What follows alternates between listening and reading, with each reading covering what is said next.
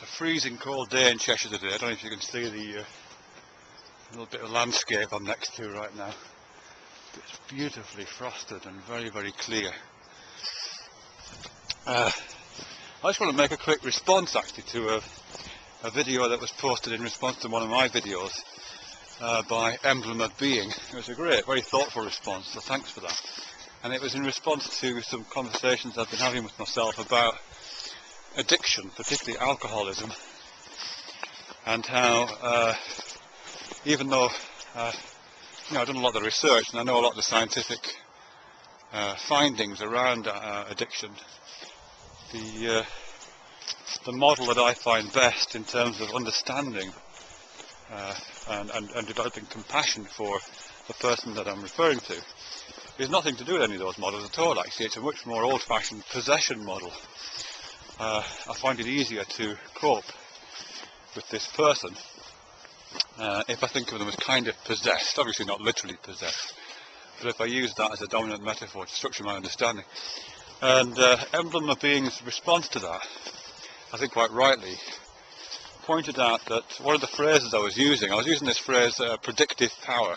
What I was saying was the kind of scientific theories that I've been looking at gave me a lot of information, but it didn't give me any predictive power about what this person's actions and behaviour might be like, whereas possession theory, if you can call it that, absolutely does bring a lot of predictive power.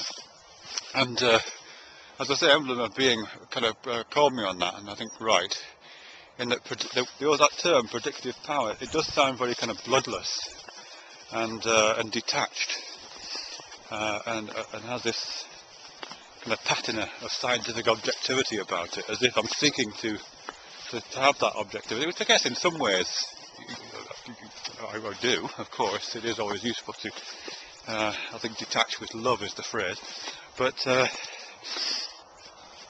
it's not really about, for me at least, it's not really about that kind of detachment. It's not really about that kind of predictive power.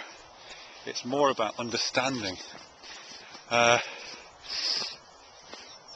I'm just trying to think of an analogy, really. I suppose, I mean, so much about being with a person and being and having being in any kind of relationship with a person is about the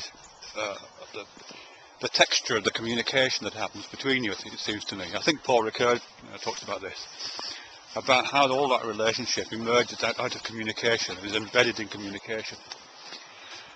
So even though the communication itself, the content of the communication, can be very wide-ranging, and it can be very surprising, and it can be very provocative, it can be very sensuous, it can be very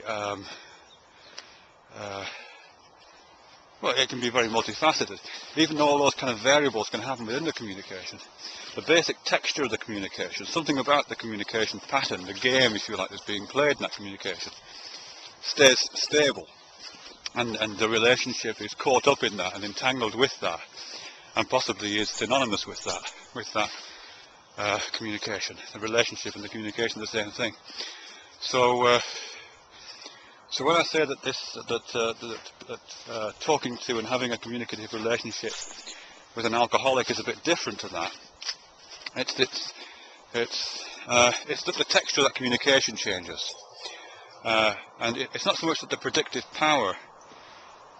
It's not as much allowing me to second guess what the person is going to say and do next. It's more about, although that is part of it, it's more about those kind of unwritten rules about how communications work, what kind of backdrop is constantly being referred to, out of which surprise and sensuousness and pleasures and sometimes confrontations and all those things can emerge. When the basic tissue of the fabric, the tissue of that communication changes in a way which is unpredictable, then the relationship changes and everything changes around it. So it's more like that, really.